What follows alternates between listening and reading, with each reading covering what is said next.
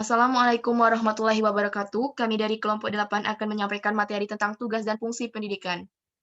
Baiklah, saya akan memperkenalkan dosen pengampu mata kuliah Filsafat Pendidikan, yaitu Dr. Asti Putri Kartiwi, MPD. Dan anggota kelompok 8 yaitu saya sendiri, Dita Indah Lestari dengan NPM A1M021004. Dan rekan saya Siti Ramazela dengan NPM A1M021038. Baiklah, di sini kami akan membahas 5 pokok bahasan, yaitu yang pertama pengertian pendidikan, yang kedua tugas pendidikan, yang ketiga fungsi pendidikan, yang keempat prinsip dasar pendidikan, dan yang kelima jenis pendidikan di Indonesia. Baiklah, di sini saya akan membahas tentang pengertian pendidikan. Pendidikan adalah pembelajaran, pengetahuan, keterampilan, dan kebiasaan sekelompok orang yang diturunkan dari satu generasi ke generasi berikutnya melalui pengajaran, pelatihan, atau penelitian. Pendidikan sering terjadi di bawah bimbingan orang lain, tetapi juga memungkinkan secara otodidak. Etimologi kata pendidikan itu sendiri berasal dari bahasa Latin yaitu ducer berarti menuntun, mengarahkan atau memimpin, dan yang berarti keluar. Jadi pendidikan berarti kegiatan menuntun keluar. Setiap pengalaman yang memiliki efek formatif pada cara orang berpikir, merasa, atau tindakan dapat dianggap pendidikan. Pendidikan umumnya dibagi menjadi tahap seperti prasekolah, sekolah dasar, sekolah menengah pertama, sekolah menengah atas, kemudian perguruan tinggi, universitas, atau magang. Baiklah, yang kedua kita akan membahas tentang tugas pendidikan.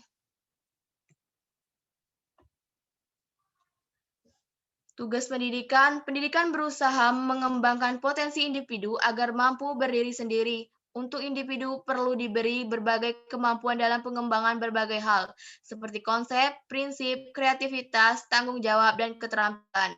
Melalui pendidikan dapat dikembangkan suatu keadaan yang seimbang antara perkembangan individual dan sosial.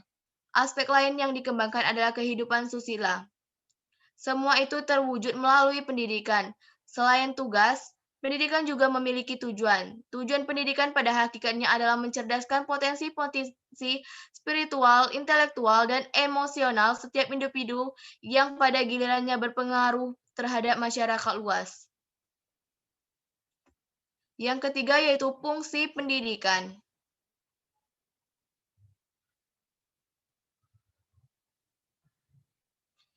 Fungsi pendidikan merupakan serangkaian tugas atau misi yang diemban dan harus dilakukan oleh yang didik maupun kepada masyarakat bangsa di tempat ia hidup. Adapun beberapa fungsi pendidikan yaitu: 1. Bagi dirinya sendiri. Pendidikan berfungsi menyiapkan dirinya agar menjadi manusia secara utuh, sehingga ia dapat menunaikan tugas hidupnya secara baik dan dapat hidup wajar sebagai manusia. Yang dua yaitu bagi masyarakat. Pendidikan berfungsi untuk melestarikan tata sosial dan tata nilai yang ada dalam masyarakat, dan sebagai agen pembaru sosial, sehingga dapat mengawasi masa depan. Yang ketiga, menyiapkan tenaga kerja. Dan yang keempat, menyiapkan manusia sebagai warga negara yang baik. Baiklah, untuk materi selanjutnya disampaikan oleh rekan saya, yaitu kepada Siti Ramazela, dipersilakan. Baiklah, yang keempat yaitu ada prinsip dasar pendidikan. Prinsip dasar pendidikan yang pertama yaitu bahwa pendidikan berlangsung seumur hidup. Usaha pendidikan sudah dimulai sejak manusia lahir dari kandungan ibunya sampai tutup usia, sepanjang ia mampu menerima pengaruh dan dapat mengembangkan dirinya. Suatu konsekuensi dari konsep pendidikan sepanjang hayat adalah bahwa pendidikan tidak identik dengan persekolahan. Pendidikan akan berlangsung dalam lingkungan keluarga, sekolah, dan masyarakat. Yang kedua yaitu bahwa tanggung jawab pendidikan merupakan tanggung jawab bersama semua manusia. Pemerintah dan masyarakat harus berusaha semaksimal mungkin agar pendidikan mencapai tujuan yang ditetapkan.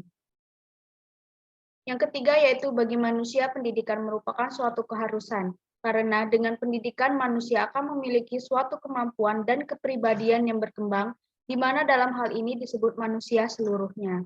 Pendidikan pada dasarnya suatu hal yang tidak dapat dihindar oleh manusia, suatu perbuatan yang tidak boleh tidak terjadi, karena pendidikan itu membimbing generasi muda untuk mencapai suatu generasi yang lebih baik.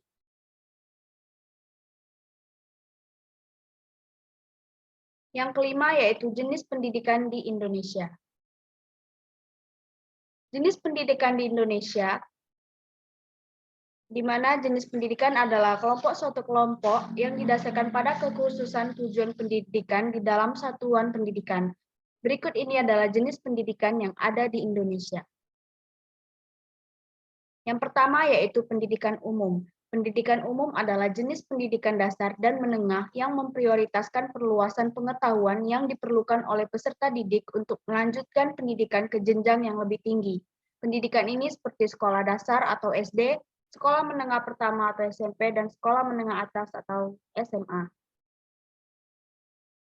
Yang kedua yaitu pendidikan kejuruan. Pendidikan kejuruan adalah pendidikan menengah yang mempersiapkan peserta didiknya terutama untuk bekerja dalam keahlian bidang tertentu. Bentuk satuan pendidikannya adalah sekolah menengah kejuruan atau SMK. Jenis pendidikan ini memiliki berbagai macam spesialisasi keahlian tertentu yang dapat dipilih oleh setiap peserta didik ketika hendak masuk pada sekolah tersebut. Yang ketiga yaitu pendidikan akademik. Pendidikan akademik adalah jenis pendidikan tinggi dengan program sarjana dan pasca sarjana yang berfokus pada penguasaan disiplin ilmu pengetahuan tertentu sesuai dengan bidang yang dipelajarinya. Yang keempat yaitu pendidikan profesi. Pendidikan profesi adalah jenis pendidikan tinggi setelah program sarjana untuk mempersiapkan peserta didiknya menjadi spesialis suatu profesi atau menjadi seorang profesional di bidangnya. Yang kelima yaitu pendidikan vokasi. Pendidikan vokasi adalah jenis pendidikan tinggi yang memiliki sistem untuk mempersiapkan peserta didik agar memiliki pekerjaan dengan keahlian terapan tertentu. Lama maksimal dalam jenjang diploma ini ditempuh dalam waktu 4 tahun setara dengan program sarjana atau S1. Yang keenam yaitu pendidikan keagamaan. Pendidikan keagamaan adalah jenis pendidikan dasar, menengah, dan tinggi sesuai dengan tujuan untuk mempersiapkan peserta didiknya agar dapat menjalankan peran penguasaan pengetahuan dan pengalaman seputar ajaran agama untuk menjadi ahli ilmu agama. Dan yang ketujuh yaitu pendidikan khusus. Pendidikan khusus adalah jenis pendidikan yang diselenggarakan untuk melayani peserta didik secara khusus atau peserta didik yang memiliki kecerdasan luar biasa yang diselenggarakan secara inklusif atau bergabung dengan sekolah biasa. Pendidikan ini berupa satuan khusus pada tingkat pendidikan dasar dan menengah dalam bentuk sekolah luar biasa atau SLB.